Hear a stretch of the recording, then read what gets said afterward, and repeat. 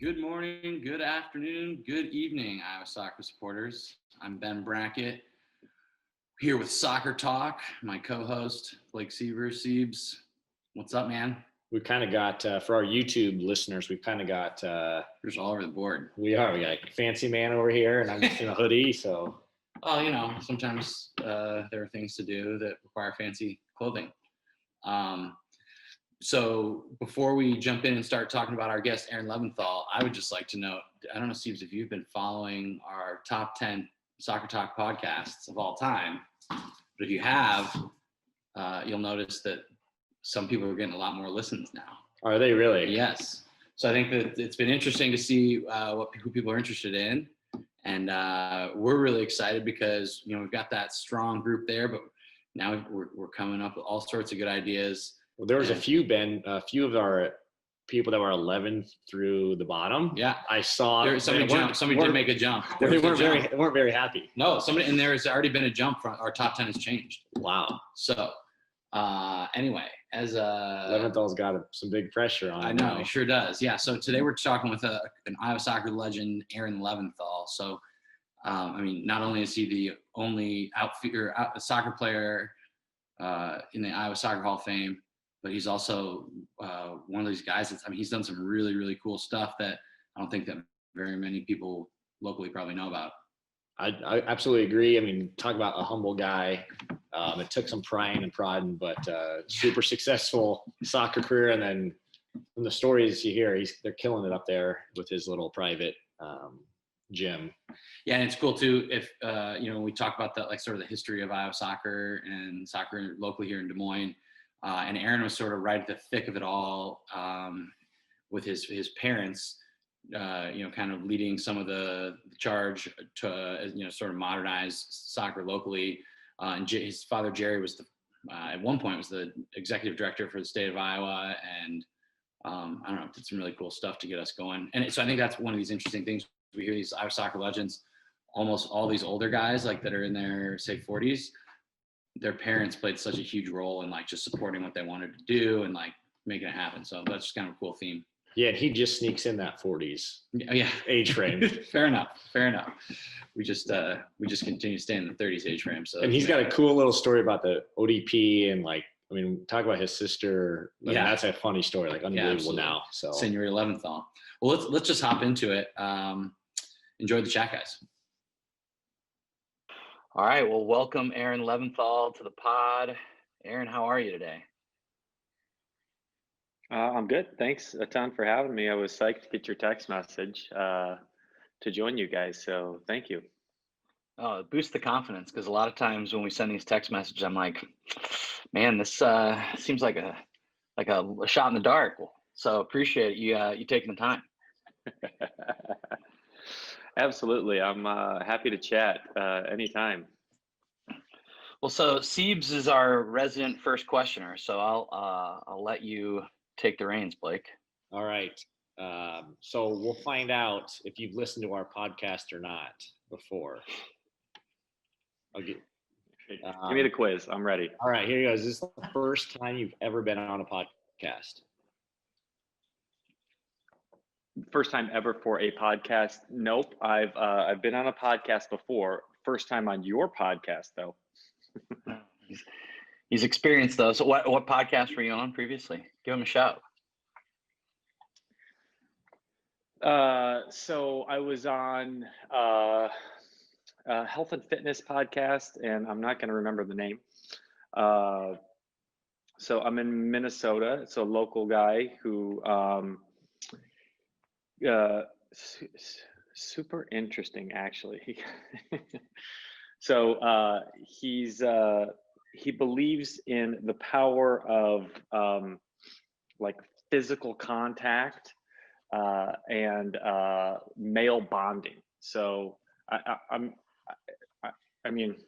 not kidding, but basically the guy talks about how men should wrestle and bump and do all this stuff.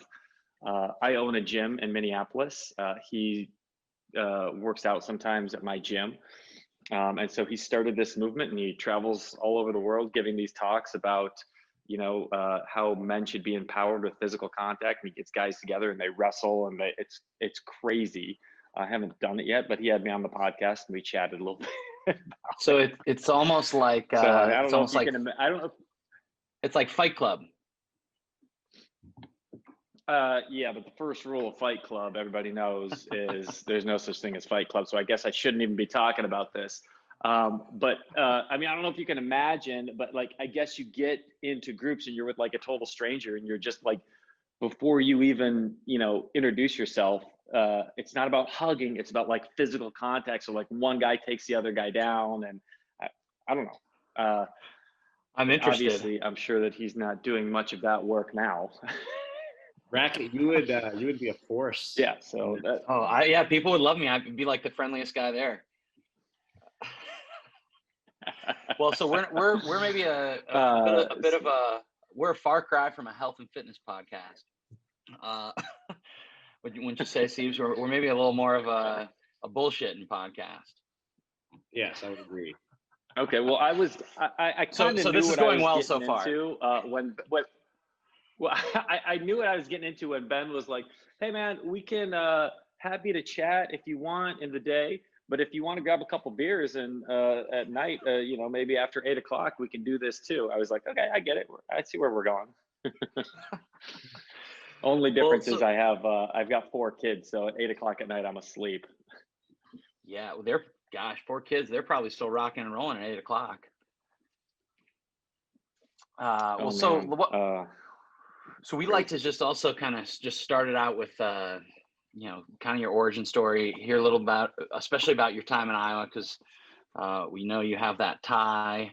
And so, kind of tell us about your youth soccer career and,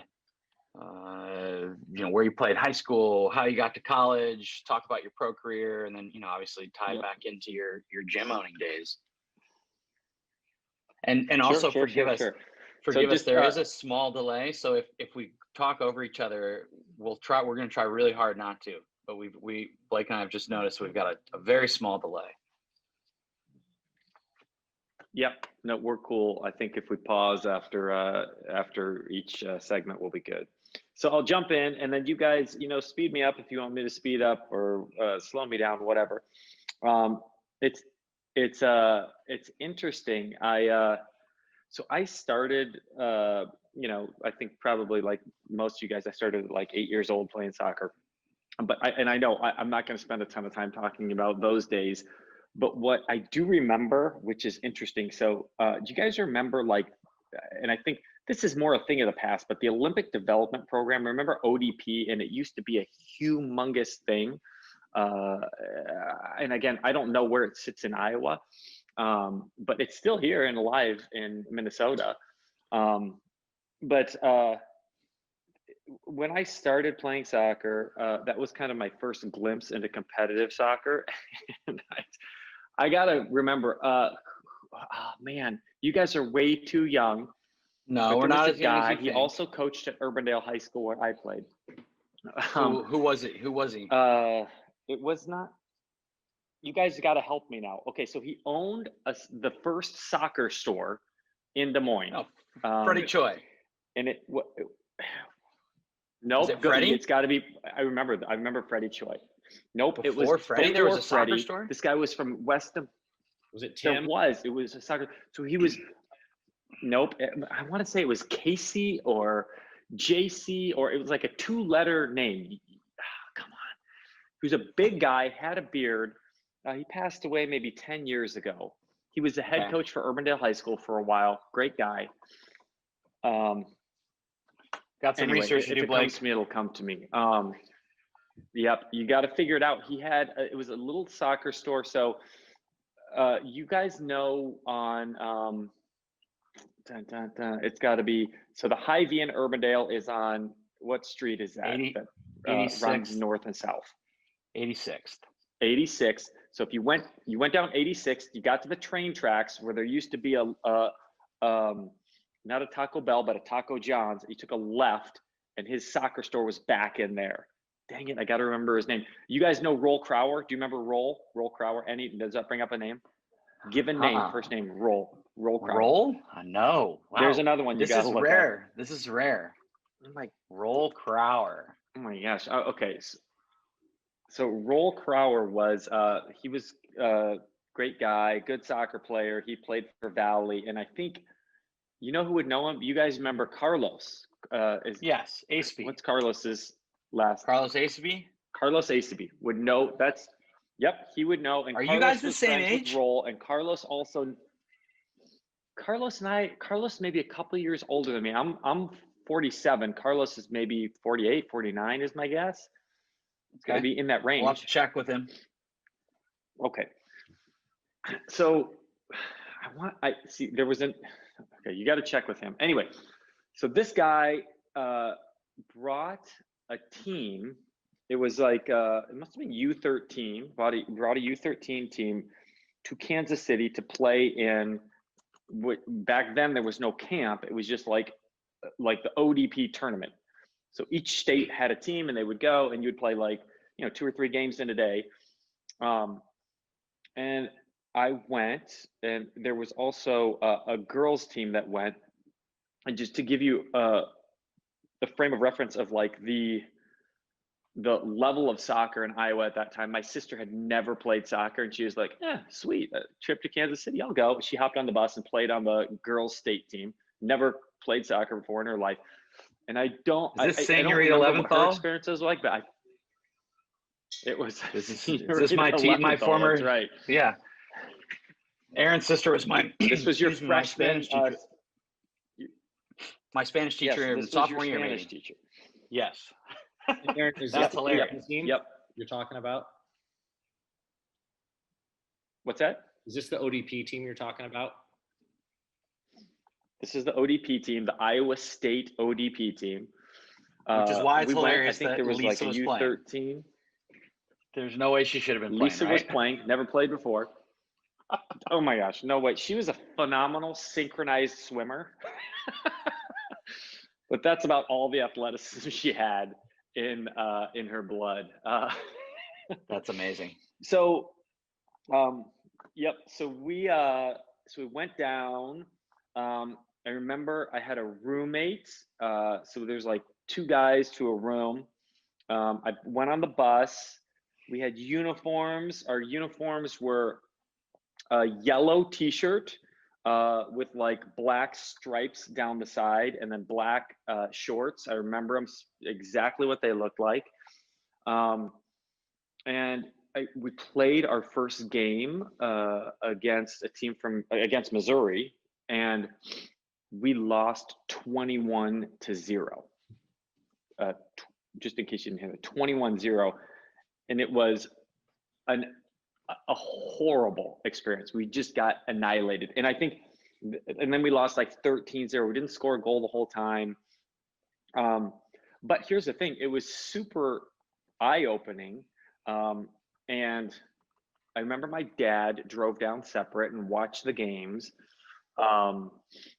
And this was honestly, it was like I feel like this was a turning point for Iowa soccer, because what happened was, and for me personally, came back and my dad was like, how are they so much better than we are? Everyone was so much better.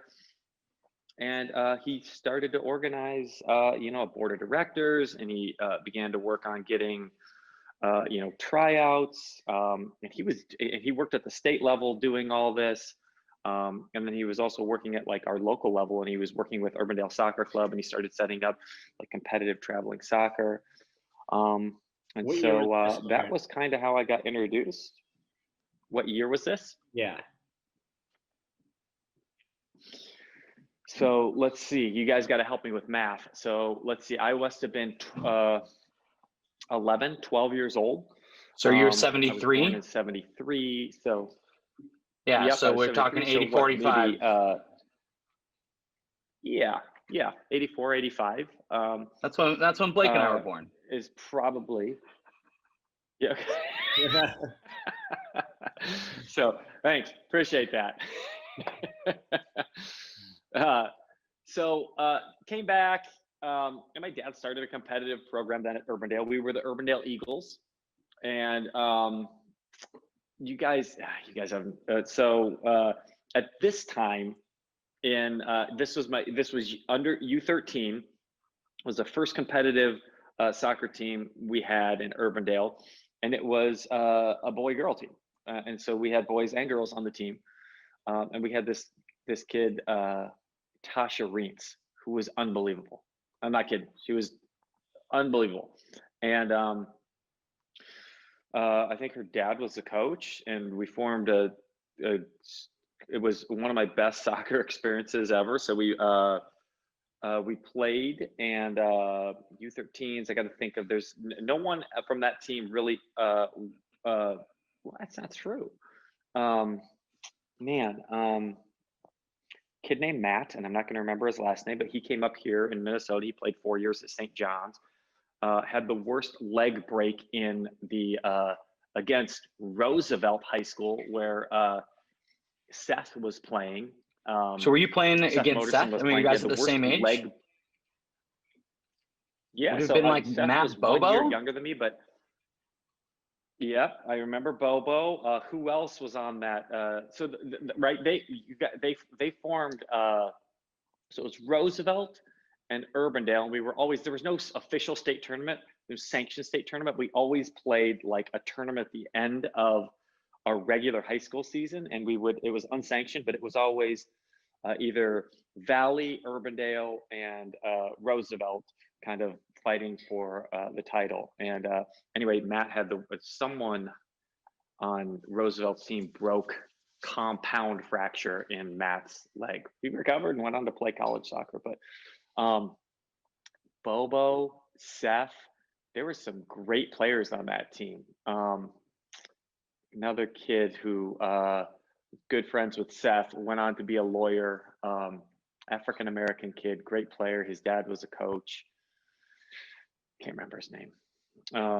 Anyway, so after we got the Urbandale Eagles, then my dad helped organize another league, and we started a team that would then compete against teams from other parts of the state. So that was the first Premier League inside of Iowa, where Des Moines had a team. So we were now pulling like the kids from Valley, kids from Roosevelt, kids, and so we had a team that was called Genesis, and Okay, I do remember team, Urbandale Genesis, because that was like the beginning of all those kind of silly names.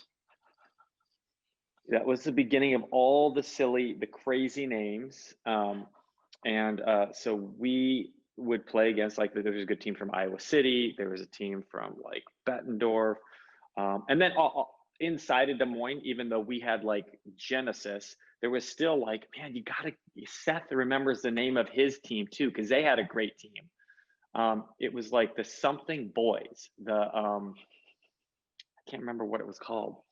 But they had a team, and so it was great. I mean, it was great. It was super fun. We started traveling to go, play in tournaments outside of the state. Still get beat badly, but we were getting better. And at this point, the Olympic development program was growing and growing and growing, and it got better. And then we started going to, the regional tournaments, where it was, and I think this is similar to maybe how they run it now. It's more of a camp, and then they're selecting a regional team from a pool of players, and that's then I went to Drake. Did you hold on, Aaron? And then yeah. So did you get any regional accolades, and then also talk about your journey, how you got to Drake, recruiting wise and whatnot? Got it. Yep. So I actually, I think it was when I was 15, I tried out for, I was 14. I was 14 years old. I tried out for the Olympic development team, 14 or 15, and I didn't make the team, but I did make it as an alternate to the team. And I remember that was crushing for me, just crushing. And then, so that was probably in April. We had the tryouts, and then I think in June you travel. But I made it as an alternate. Somebody dropped out, And so I went to regionals instead. And then there was a kid named Terry Vaughn. Do you guys know who Terry Vaughn is? Referee. Terry Vaughn, yes, phenomenal referee, one of the best referees in the country, actually. He's one of the top MLS referees. Great guy. He was on my ODP team. He was from Iowa City, and Terry would so this is how they used to run the camps. You would have a training session with a regional coach during the day, and then at night you would play a different state in a game, and then the next day they would pick a pool. So they'd pick like what they thought were the top players. For whatever it's worth, this is how it looked when we were there, right, Blake? That's what regional camp always was, like as we knew it, until, and it is not like that anymore, but that's how we experienced it as well. Like you literally woke up and you ran downstairs to see if your name was on the wall. Yeah, 100%. You saw if your name was on the wall and you were like, oh my gosh, it's unbelievable. Yeah, if you made it or you didn't make it. That was great. So same thing. And Terry Vaughn made the pool one time. So he made the regional pool like one day that year. And it was unbelievable. He instant celebrity status, you know, in Iowa soccer, as soon as that happened, the first guy to ever make it. He was a wrestler too, just so you know. He was, he would have done really well at my buddy's workshop. So Terry made it, and he just made a pool training session. It was like the last day of the pool training session. That was great. It was super inspiring for me. That was like 14s. Then I came back 15s, and I made it at 15s. And then at 16s, I made the state team again. And then at 16s, this was 2 or 3 years later, then I started getting selected for the regional pool play. And then I became a regular in that pool. Then I never, you know, after 2 or 3 years of being an alternate, I never ever got called up to play on a regional team. But I got to play in the pool training sessions as a regional player, but never got called up, which was great. It was super fun. I loved it. And so that happened for a couple of years. And then I went from there and I got recruited from Urbandale. I got recruited by Bob Wood, who you guys know Bob Wood, right? Yep. Okay. Yep. So Bob was the head coach at Drake at the time, and got recruited to play at Drake, and it felt great. I loved home. My sister was teaching at the time. My parents were both teaching at the time. I loved being in Des Moines. So I decided to go to Drake, and that's how I got there. And then I stayed at Drake for 4 years. Did you look at other schools, or is it always Drake? Nope. I looked at Creighton, and I don't know how you guys did this when you were, you know, kind of trying to decide where to go. But you know, I went to Creighton to look. Creighton at the time was like always top 5 in the country, and I was like, there's just no way I could play there. I mean, I could maybe be on the team, but I wanted to play. And so it just didn't feel right to me. I looked at Vanderbilt. I looked at Baylor. Oh, I went to actually UMKC. You guys at UMKC, they Yep. had just gotten Division I status. It was maybe their second year, and so that was like both ends, right? I was like, I could try and play at Creighton, and I would have to walk on, by the way, or I could go to UMKC. And Drake felt like it was in the middle, where I was like, I'll be challenged. I think it'll be fun. I'm gonna have to kind of fight to see if I can play here. And so that's all. And I decided, I mean, it didn't take me much. I decided to go to Drake, and man, back in the day, it was like, it's crazy nowadays. I don't know how much you guys know about this process, but you know, I have one kid who's 16 who's starting to look at colleges, and I'm like, I remember like it was an ACT score. I turned my ACT score in And then like the next day, Bob Wood called and was like, okay, you got accepted. We can talk about scholarship money. And I was like, okay, that's it. That's how it works. It no longer works like that now. It's just so much, it seems like there's so much more to it. You got to do interviews and essays. Anyway, different topic. So that's how I got to Drake, and I loved being a Drake. So you were there, what, like 92 to 95-ish? 92 to 95. That's right. Who were some of the guys? And happy to talk about Drake. Those are the best 4 years. Those are my playing college soccer was really fun for me. I went on to play after college, but those 4 years were probably the most enjoyable experience I had playing soccer in my whole soccer career. I think being at Drake, and part of it was like the college experience, you know, being away from home a little bit and being with guys that I really enjoyed. So it was the male bonding. Freshman. There's a theme that keeps there's something that keeps coming back here. I think you need to explore this with this guy a little bit further. I was gonna say, if we were doing this in person, I'd be taking both you guys down right now, just so you know. You know, you clearly haven't seen Ben. He's got a few pounds on him. We know it's true. That's all right. So is Bob Wood the coach for all 4 years that you were there? Yeah, Bob Wood was the coach for all 4 years. I'm trying to think of any local guys. I mean, Seth and I played. So let me tell this story real quick. Seth and I are still good friends. So Seth was at Miami of Ohio, and he was playing there. And I think he played his freshman year there. And I was playing at Drake.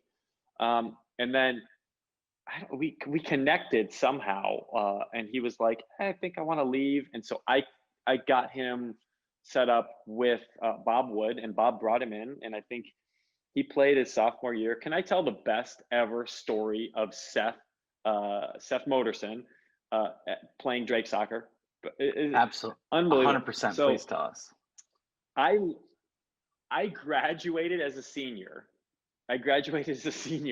And I came back to train the next.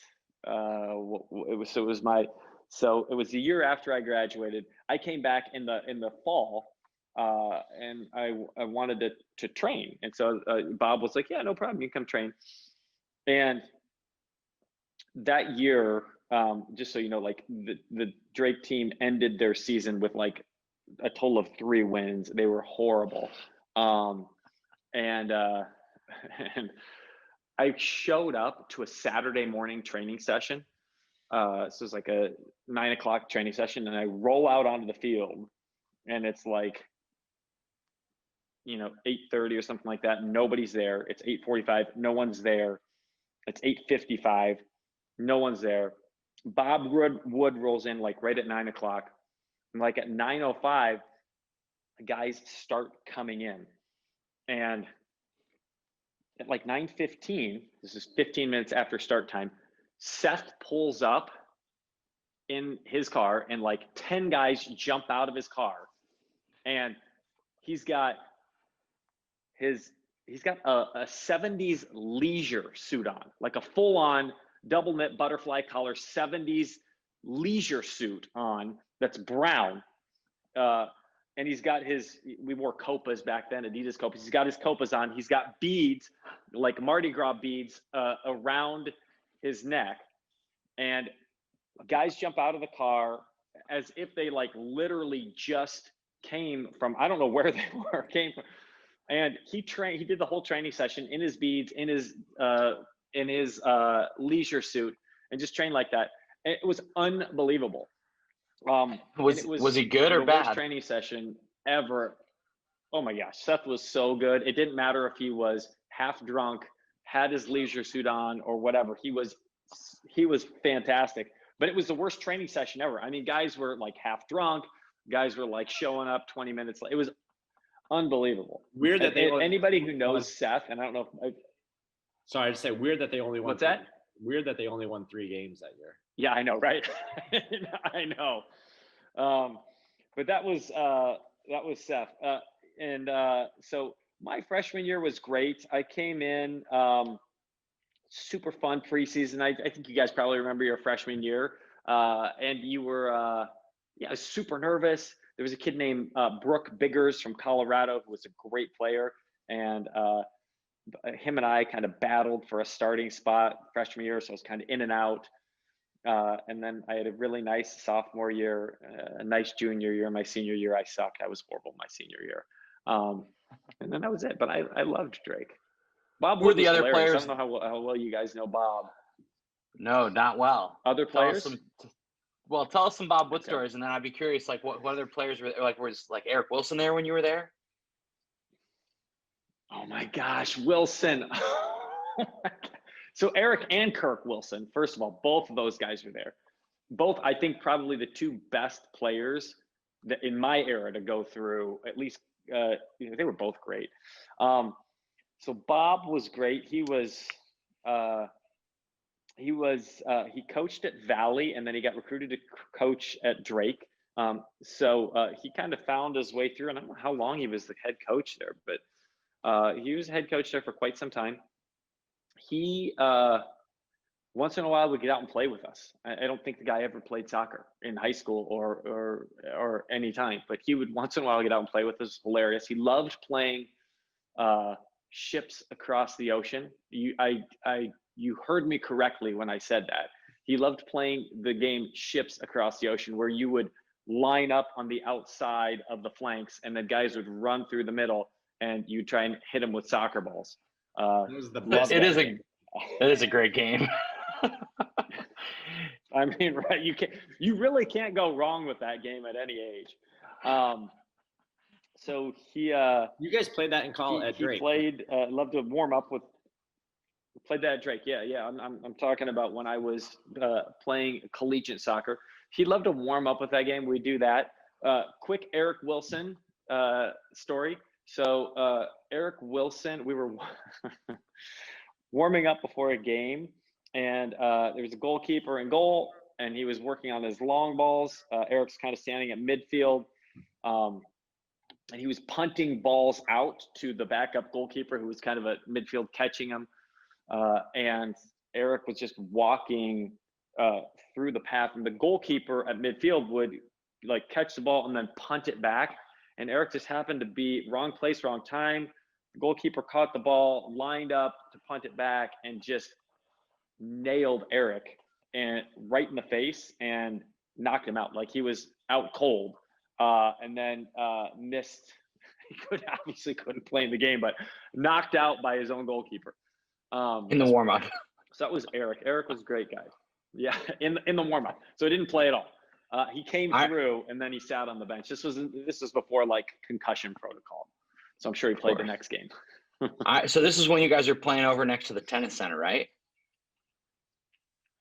This is when we're playing over next to the tennis center. And hold on. Let me say one more thing. So do you guys remember? I think maybe the only All-American from Drake, Ezra Hendrickson. Do you guys remember? Easy. He went by Easy. Any recollection? Yep. Yeah.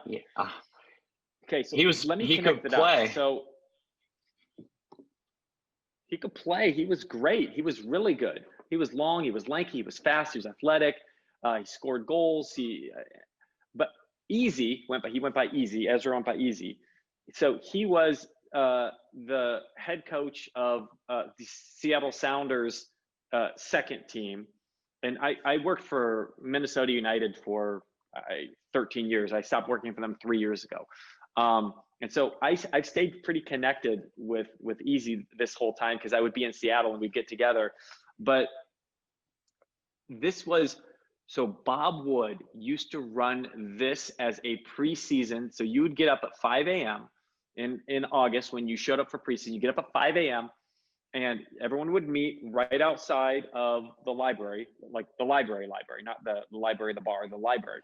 And he had a 3-mile route. And he would put, Joel Wilson was part of this too. He would put, so sometimes he would have like a player that would come back and be his assistant. Now that I think about it, we never had an assistant coach. It was just Bob. But once in a while, he would have a player come back and be an assistant. So Bob would follow you in his car around the 3 miles. You had to run 3 miles in 18 minutes, or you had to show up the next morning and he would be waiting there and you would do it again until you eventually got 3 miles in 18 minutes for the whole first week of preseason. But I remember Mark Albright and Ezra Hendrickson. Mark was phenomenal player, left-footed guy. Mark Albright, Ezra Hendrickson. They were the captains. They were seniors my freshman year. We lined up to do our first run at 5 a.m. It's pitch black. Bob's in his car. He had someone else, like another player, like somewhere else at the halfway mark, and like watching, make sure no one was cheating. We start going. Dustin Hanson was there. We start going, and 2 blocks in, 3 blocks in, half a mile in, Easy and Dustin duck off behind these bushes. And I was like, oh, what's going on? So they duck off behind the bushes. I kept running. I'm following the pack of guys. And then I don't see them the entire time. And then 2 blocks before we finish, they pop out from behind the bushes and they cross the line first. And I'm like, they didn't run the whole thing. They waited. And I was like, this is shocking. It was unbelievable, but they got away with it. And, even set a course record, I believe. So that was easy. Ezra Hendrickson that year. Ezra also showed up in a wrestling singlet to train one day, a Bulldog wrestling singlet. I don't know where he found it, but he showed up in a wrestling singlet. And man, those were crazy, crazy, super fun times. But it was so back then. This was kind of our crew. It was. So after my freshman year, it was Seth, myself. There was a kid named Brooke Biggers. We had a goalkeeper named Adam Busick, who's now I think coaching in Colorado. Maybe he's at the college level. I don't know if he's at Colorado State or somewhere. It was Kirk Wilson was there for a bit. Eric Wilson was there for a bit. I'm trying to think of other guys who I kind of stayed connected with, but I think that was kind of the main crew. There was Dustin Hanson and Kevin Hanson. They were brothers. Kevin was the younger one. But yeah, that was kind of my Drake crew. Were you guys a good, other than after you graduated, it sounds like they weren't great, but were there any good years in there? I mean, because I used to go watch those games. It was still it was good soccer. Yeah, I think it was. I would love to watch one of those games. I think that we were average-ish the entire time, very average. So we played in the Missouri Valley Conference. Creighton was top of the conference all the time. Everyone else was just okay. And I think 2 out of the 4 years we went to the conference final. And had to try and beat Creighton, and we could never do it. And the big thing was hey, try and if you win the conference, you get a bid to the NCAA tournament, and we never did. But what was cool, I don't know, you guys can probably tell me more, but there was a year where one of the Drake teams won the conference. They got into the NCAA tournament, and I think they went all the way to the quarterfinals. Is that right? Or the semifinals? This is it was 8 years ago, 10 years ago. Do you guys know anything about it? I'll let the other Bulldog on the line here. I was going to say, so it must have been 2000. So when those guys were seniors is when they went on that Elite 8 run where they beat Boston College, yes. Beat Ohio State. So those guys were freshmen when I was a senior. So I basically, they were I was the reason why I taught them everything. Yeah, exactly. So that was the Michael Thaden crew. That was an unbelievable run. So who was on that team from Iowa, or was it? So they had quite a contingent, actually. I mean, there was Mike Noonan was a Cedar Rapids guy, Thomas Ostrander was a Fort Dodge guy, Nick Foster, Valley guy, Charlie Schwartz, Bettendorf, couple Kansas. Thaden? Yeah, Mike Thaden, Valley guy, 3 Kansas City boys. I mean, it was pretty upperclassmen heavy, but Catholic was on that team too, right? Were Yep. now you were on that team. Were you shocked when you guys kept winning and beating those teams? No, Aaron. Oh. I was when all those guys were freshmen. I was a senior, so I was And so like, then they were seniors when they went on the run. Wait. You were a senior. Let me just get this straight. You were a senior in high school when they were. Wait, you gotta paint it for me, because I can't. By looking at you, I'm like, the guy could be 50 years old or he could be 18 years old. I can't tell. all right. So they were all freshmen at Drake. I was a senior at Drake. I was easy, and they were Aaron Leventhal. Got it. So you were a senior. So you really were running the charge. So were you? No. Hold on. So Let him finish. And you're saying They did not go ahead. go Keep on the going. Keep run going. Keep until going. they were seniors. So I was out of college 4 years. Got it. But I thought still, that you was- followed it. Were you Yes. still? Were you shocked to see that they went that far? Yeah, I mean, they were good, but absolutely, of course, absolutely. Yeah. Playing in the NCAA tournament is very difficult. One, and two, like once you get further into it, you're playing against, you're playing away against like really good teams, and they did an awesome job of that. It's really difficult. Yeah. So Ben, tell me, did you played in the NCAA tournament? 3 times. We never made it past the second round. 3 times. No, we never made it past the second round. We would literally, Okay. every time we got to the second round, we would play the number 1 seed and lose because they're really good, and we'd have to go away to them. But it was cool. What an experience! And you were at Harvard, Yale. Where were you? Brown. Come on, the easy Ivy, right? Brown, guys. Well, okay, sorry. Back in the day, it was the good soccer Ivy. So it was, and I'll tell you how I know, because this past summer, 2 summers ago, I went to Mexico. So I started playing. So let me just give me 2 minutes to explain this situation here, how I'm connected to Brown. So and then we can go back if you want. But so I played in what's called the Maccabi Games, which is it's the Jewish Olympics. Ooh. It's okay. Yeah. You can laugh. There's a Jewish Olympics. No, that's awesome. Yeah. I know it's all about the Maccabi Games. So I played in the Maccabi Games in '97, which it's a 3-week tournament. It's in Israel. All the, you could call them the Jewish national teams get together. You got to be Jewish or have some kind of a Jewish ancestry.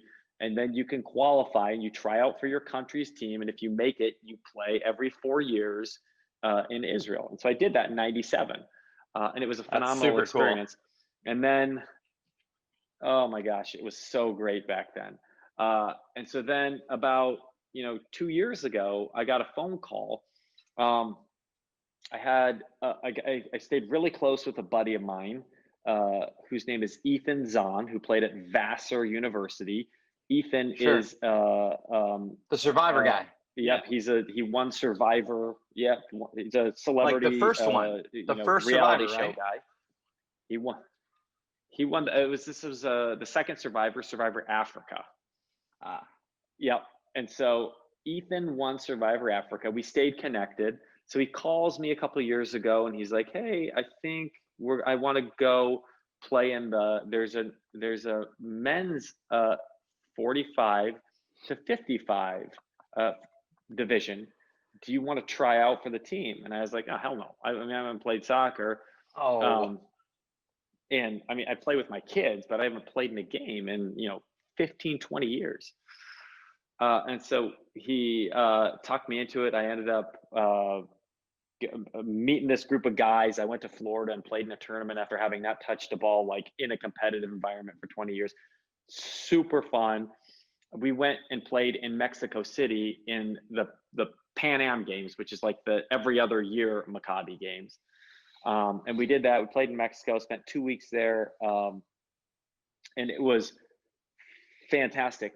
But all the, I feel like since I'm Jewish, I can say this, but all the Jews were from the East Coast, and there was like 5 brown guys on the team, and they were great guys, fantastic. And I'll look it up and I'll see who they were.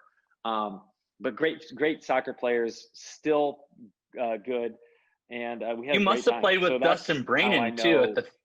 Did you play with Dustin at the Thunder? I played with Dustin at the Thunder. Yeah, and he was a brown guy too. That's right. Get into those days. So I know Dustin as well. I don't know any of those old Maccabi guys.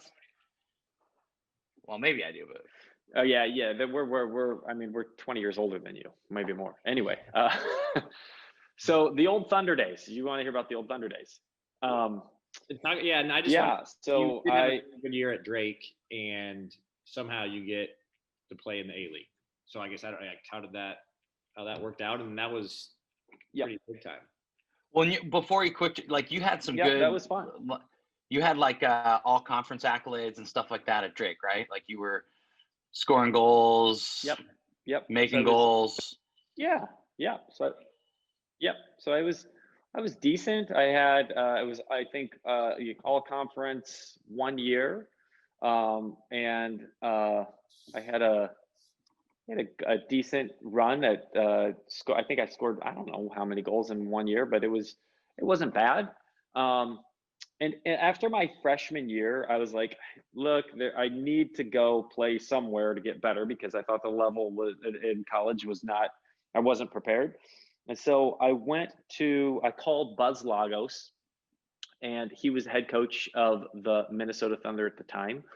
You just picked the phone up? I called Buzz, and I literally picked the phone up, and I got in touch with the Thunder, Minnesota Thunder head office.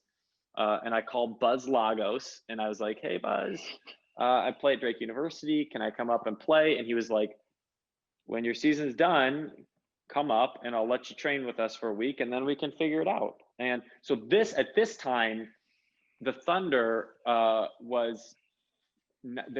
we were not in the A League. I don't remember we were in the Sizzling Six. The USISL was what it was. So this was when like Tony Sana was on the team, Manny Lagos was on the team, Amos McGee was on the team. So these were guys that were good. I mean, you guys know who Tony Sana was. He played in the World Cup. What World Cup was that? 2002, 6, both.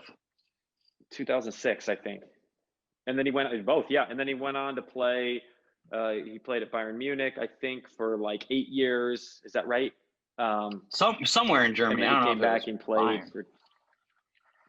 played in the Bundesliga for like 8 years, and then he came back and he played. Anyway, so I went up, I trained, I was way out of my league.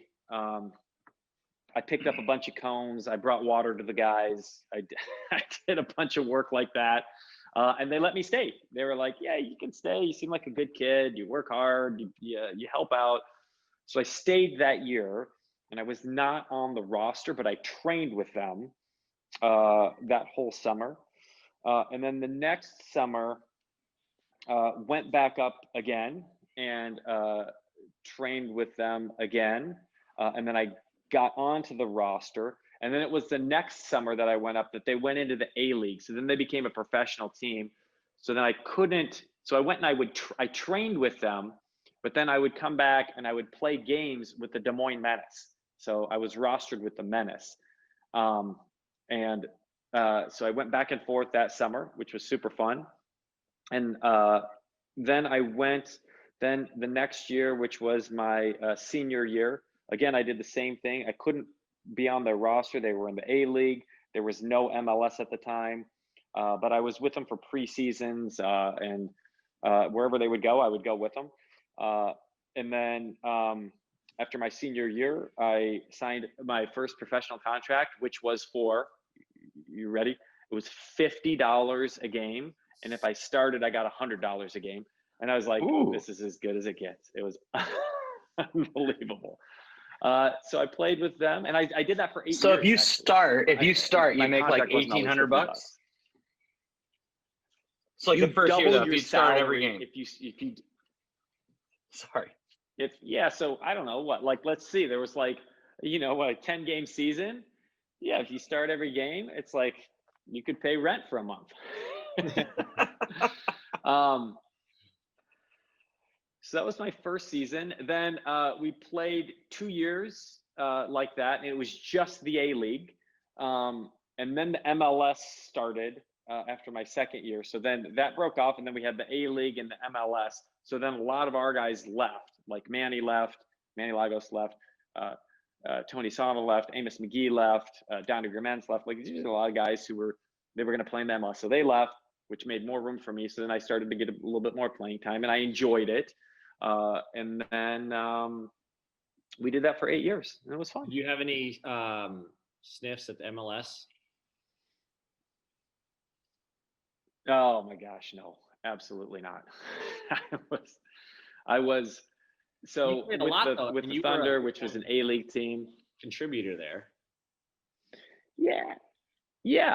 I mean, so I was never. So there was 2 years there where I was a regular starter.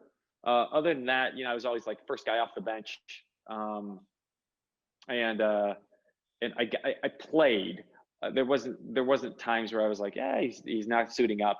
So that was good. And I mean, the best memories for me were, like I said, I mean, we spent every preseason was like a great experience somewhere, right? So we were in, Japan for a preseason. We were in France for a preseason. We were in England for a preseason. And so I loved those traveling experiences after 8 years of doing it. And there's not a ton of money. It's like Bush League a little bit. I met my wife, and she was like, you can't, you got to stop. It's not okay anymore.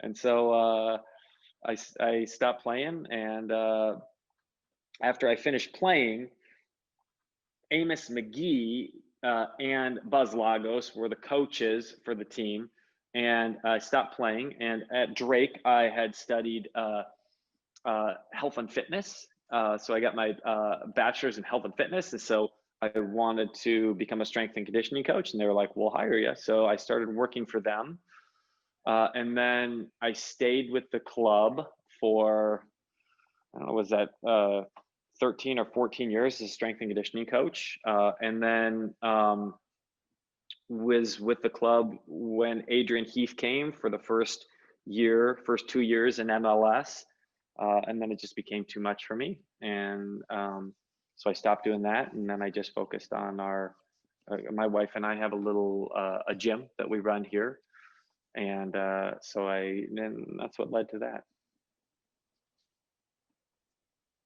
I love how he's so humble, isn't he? Steve's just kind of, oh, yeah. Yeah. Well, that's all right. There's not.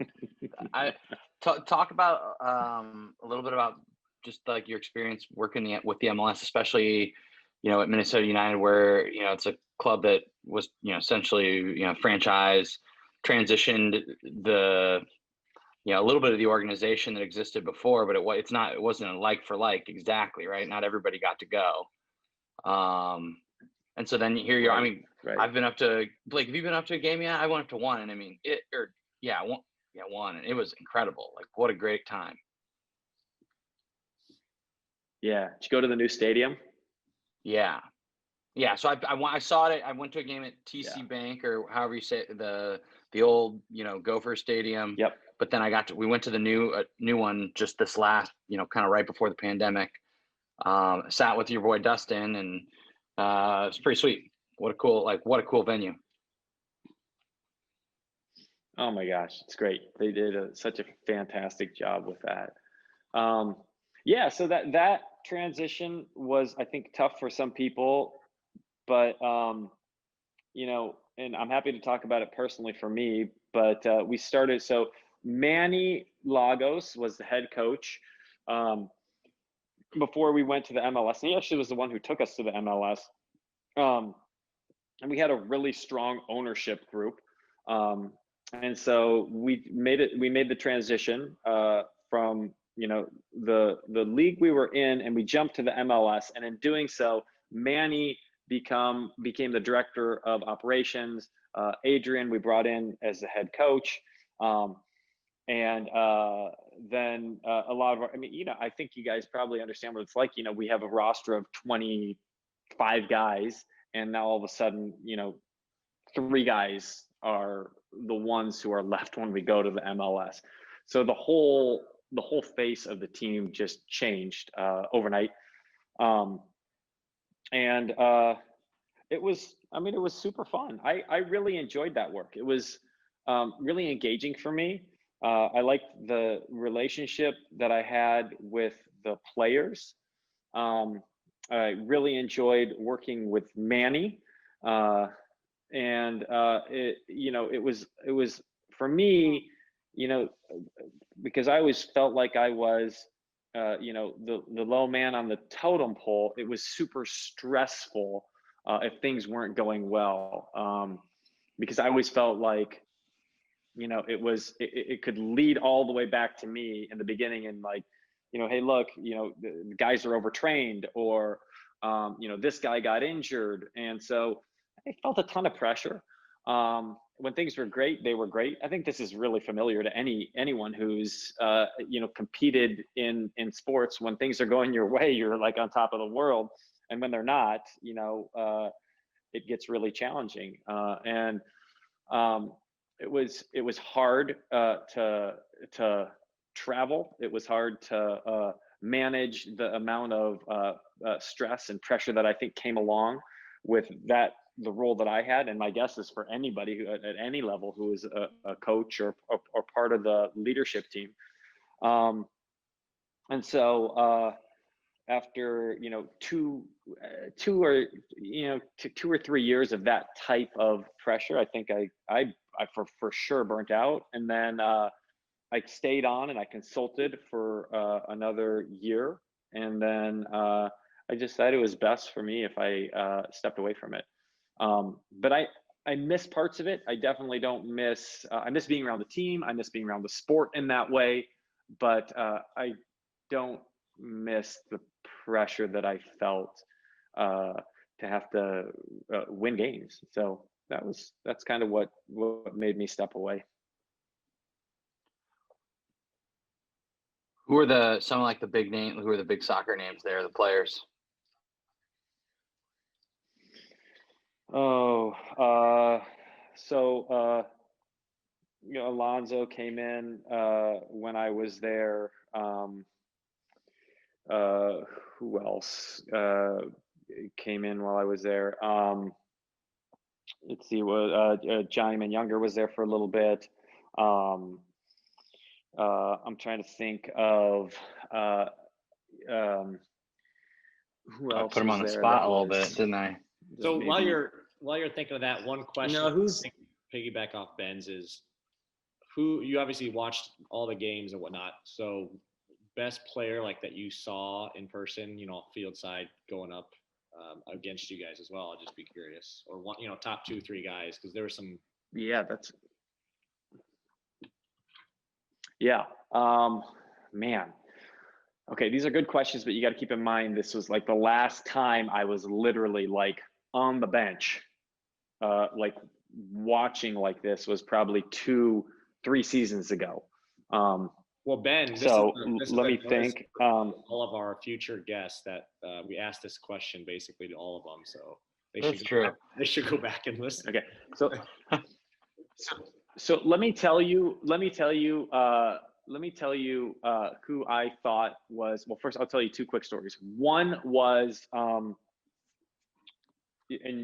please don't laugh, but Clint Dempsey, who. No, that's so, and the reason I say this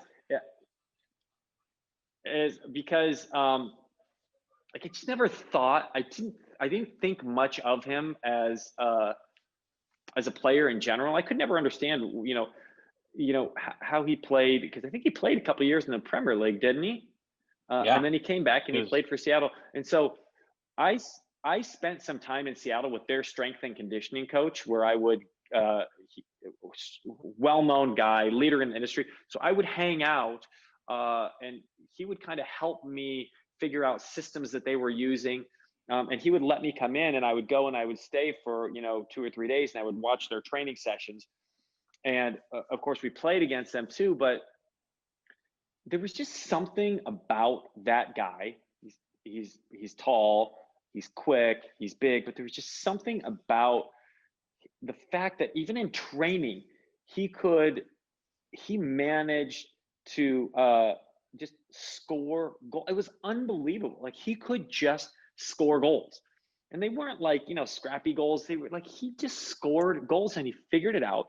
And it looked like, for me, watching from the sideline, especially when we were in training, like it just looked like he had a different way of seeing the game than everybody else. And he could kind of figure it out. I don't know how else to explain it. So I'll say that about him. And then I'll say this about Alonso, who's now with United still. This is a guy who, and I originally met him in Seattle because he was with Seattle first, and then we brought him to United. Amos McGee did. And so here's that. So it would not matter if it's like a 5v2 warm up, or like, you're right in the middle of, an inter squad scrimmage. He took, like, everything was so serious to that guy. He was so competitive, that, it was another guy too, where he would just like, you'd be like you should go right, and he would go left, and somehow he would figure it out, and it would work out better than if he went right. I don't know how else to explain it, but got two guys who I think totally different positions. One's kind of like the number 6, one's kind of the number 9, totally different roles, but like just saw the game differently and acted on what they saw, and it worked out. So those would be two guys who I would say, especially Clint Dempsey. I was just shocked. I was like, I don't think I like him. And then every time I would see him play, I was like, he's the best guy on the field. So I don't know. That's how I felt about. That's how I felt. And then I'll say this too: that there were so many guys who you're like, I'll tell you who my